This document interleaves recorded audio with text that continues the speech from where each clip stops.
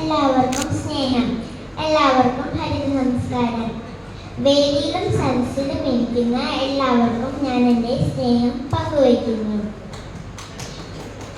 കേരളത്തിൻ്റെ പച്ച മനുഷ്യൻ എന്നറിയപ്പെടുന്ന എൻ്റെ ഗുരുവും ഞാൻ ഏറെ സ്നേഹിക്കുന്ന എന്നെ സ്നേഹിച്ച പ്രൊഫസർ ടി ശോഭീന്ദ്ര മാസ്റ്ററെ ഞാൻ ഇവിടെ സ്മരിക്കുന്നു. മാഷിന്റെ ആത്മശാന്തിക്കായി ഞാൻ പ്രാർത്ഥിക്കുന്നു. മാഷ് നമ്മെ വിട്ടു പോകുന്നതിന് ഒരാഴ്ച മുമ്പ് എൻ്റെ വീട്ടിൽ വരാമെന്നും ഒരുമിച്ച് ബീച്ച് പരിസരങ്ങളിൽ വൃക്ഷത്തൈകൾ നട്ടുപിടിപ്പിക്കാമെന്ന് പറഞ്ഞിരുന്നു.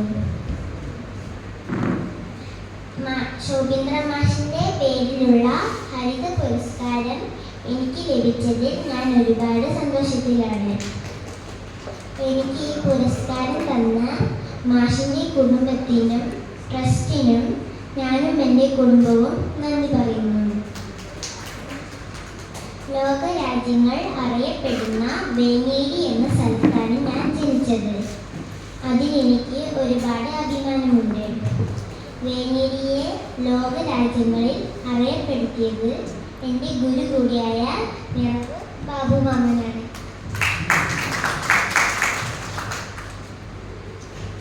76-ാമത്തെ വയസ്സിലാണ് മാഷ് നമ്മെ വിട്ടുപോയത്.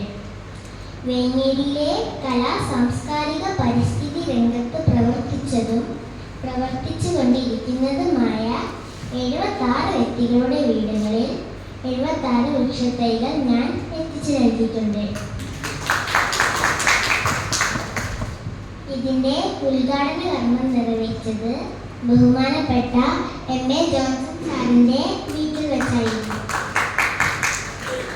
ഒപ്പം വേങ്ങേരിയിലെ 11 ക്ഷേത്രങ്ങളിലും 4 അംഗനവാടികളിലും 3 സ്കൂളുകളിലും 3 പള്ളികളിലും 2 മദ്രസകളിലും മാഷിൻ്റെ ഓർമ്മയ്ക്കായി വൃക്ഷത്തൈകൾ എത്തിച്ചു നൽകിയിട്ടുണ്ട്. കൂടാതെ കോഴിക്കോട് തോപ്പയിൽ ബീച്ച് പരിസരങ്ങളിൽ 76 വൃക്ഷത്തൈകൾ ഞാൻ നട്ടുപിടിപ്പിച്ചിട്ടുണ്ട്.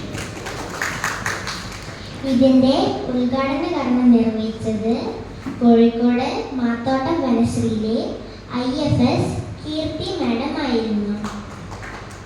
ചടങ്ങിൽ നിറവിലെ മാമന്മാരും ഫോറസ്റ്റ് ഉദ്യോഗസ്ഥരും മത്സ്യത്തൊഴിലാളികളും പങ്കെടുത്തിരുന്നു. നല്ലവരായ ഒരുപാട് പേരുകൾ എൻ്റെ പ്രവർത്തനത്തിന് പ്രചോദനം നൽകിയിട്ടുണ്ട്. എന്നാൽ എടുത്തു പറയത്തക്ക 3 വ്യക്തികളുണ്ട്.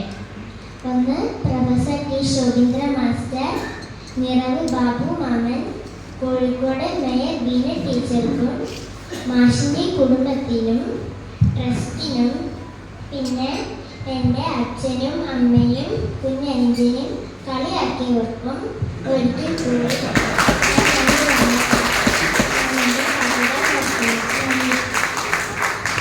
ഒരാളെ പോലും കിട്ടില്ല എന്ന് പറയാം. സാധാരണ പ്രസിദ്ധ കുറച്ച് ബുദ്ധിമുട്ടാണ്. സംസാരിക്കുമ്പോൾ നമ്മൾ വലുത് വിട്ടുപോകും. ഒന്ന് കഴിഞ്ഞ് അടുത്ത് കഴിഞ്ഞ് അച്ഛനമ്മയെ കൂട്ടി രക്ഷിക്കുന്ന ഒരാളെ കൂടി ഉണ്ടായിരുന്നു. കളിയാക്കിയോ? മാഷിന്റെ ഈ ഗുരുവായൂരപ്പൻ കൂടെയുള്ള പ്രതിമ അത് പറയാതിരിക്കാനില്ല. സജീവതയുണ്ട്. അത് രണ്ടാമത് പുനർനിർമ്മിച്ചത് മാഷിന്റെ